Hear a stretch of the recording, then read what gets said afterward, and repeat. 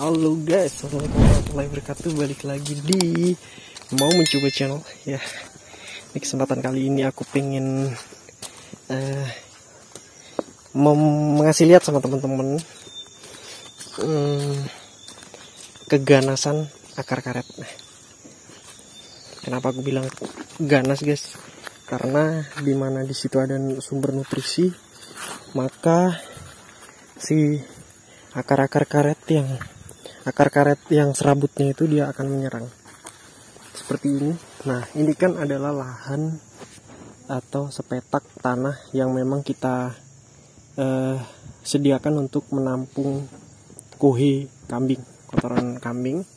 Dan ini harus kita evaluasi karena tidak bagus ya kalau kita taruh di tanah langsung.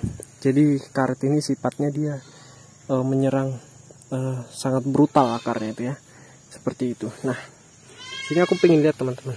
Jadi akar karet tuh yang seperti ini. Nah, ini akar karet. Jadi dia menyerang nutrisi yang ada di sini.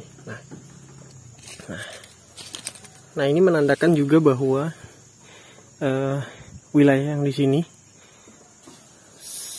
kotoran kambingnya ini dia udah mengalami fermentasi dan sudah menjadi pupuk, menjadi tanah ya, seperti itu. Sehingga akar-akar karet ini menyerang. Nah, kita nggak tahu nih akar karet yang mana yang menyerang, tapi yang jelas itu adalah sebuah akar karet. Nah, ini dia, kayak gini dia akarnya. Nah, dan aku pengen ngasih lihat lagi. Jadi teman-teman, kenapa aku memberikan cuplikan video ini, bahwasanya ini akan menjadi masalah ketika kita mau menanam tanaman tumpang sari di bawah tanaman karet. Nah, kalau kita mau nanam tumpang sari di karet, ya otomatis kan kita akan mengolah tanahnya dulu ya, membuat bedengan, mengolah tanahnya, kemudian memberikan pupuk. Nah, pupuk itu kalau kita baru taruh, itu akan langsung diserang. Nah, contohnya ini teman-teman bisa lihat nih. Nah, wilayah di sekitar area itu tidak terlihat akar-akar kuningnya, tapi ketika ada kotoran hewan di sini, nih tai kambing, maka akar-akar itu dia muncul teman-teman untuk menyerap nutrisi yang ada di kuhe ini. Nah, ini menandakan juga kotoran hewannya ini sudah layak diserap nutrisinya. Nah, seperti itu. Memang di beberapa titik kita tebar memang, karena ini memang fungsinya untuk memupuk si ini kan, tanaman karet, khususnya yang baru di belakang rumah aja yang kita kasih pupuk, kasih kuhe. Nah, beda halnya dengan yang ini teman-teman. Ini kan kotoran baru nih, yang baru, dan ini akarnya belum ada. Nih, akar kuning-kuningnya belum ada kan, karena ini mengindikasikan bahwa kuhe ini masih dalam proses pelapukan, proses fermentasi. Jadi ini sifatnya masih ada amoniaknya dan belum layak untuk tanaman sebenarnya. Nah, ini tanaman kaliandra kita udah cukup berkembang ya. Jadi jangan sampai kotoran ini kita taruh langsung dekat batangnya, karena akan menimbulkan jamur dan akan merusak. Nah ini yang sudah matang nih. Aku kasih contohnya teman-teman. Nah, kalau udah matang nih, ini namanya akar serabut akar karetnya guys.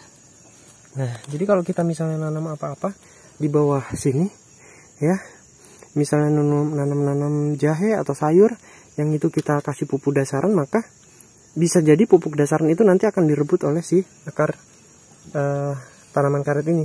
Nah, itu sebabnya jadi masalah buat kita kalau mau nanam tumpang sari. Makanya nanti saya berpikir bahwa saya akan coba nanti di bawah sini, saya mau coba tanam rumput odot, ataupun nih contohnya kan kaliandra. Nah, kaliandra ini kita nggak tahu nanti seberapa produktif daunnya untuk pakan ternak, karena dia mungkin akan sedikit terhalang cahaya matahari di sini, sehingga kalau yang bagian ini masih dapat. Tapi kalau nanti kita mau nanam di sebelah situ, apakah dia pertumbuhan daunnya itu lebat atau seperti apa, nanti kita akan lihat. Kalau misalnya bagus, nah kita bisa kembangkan lagi indigo vera nih. Kayak misalnya ini kan di celah-celahnya ini jarak antar pohon karet ini kan luas banget yang bisa dimanfaatkan. Nanti bisa coba akan kita tanami sesuatu yang bermanfaat, baik itu tanaman yang kita konsumsi, manusia konsumsi, ataupun pakan ternak itu sendiri. Bisa juga rumput-rumput odot atau rumput yang lain, nanti rumput gaji juga bisa. Nah, oke, kayak gitu dulu guys ya. Nah, aku mau sharingnya, yang bisa aku sharingkan nih. Jadi mungkin teman-teman kalau belum tahu keganasan dari akar karet ini ya seperti ini. Nah ini juga nanti kita bisa di tanaman kebun produktif kita bisa kita bawakan kali ya. Kita bawakan yang itu, yang kuhe yang masih basah ataupun yang langsung dari kandang, langsung kita tebar aja di kebun karet. Insya Allah nggak apa-apa, yang penting nggak langsung deket batang.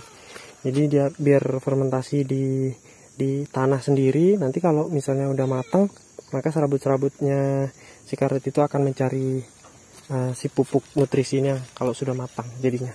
Nah, kayak gitu dulu guys ya. Semoga bermanfaat informasi ini. See you next time. Jangan lupa like, komen, dan subscribe. Mau mencoba channel. Assalamualaikum warahmatullahi wabarakatuh.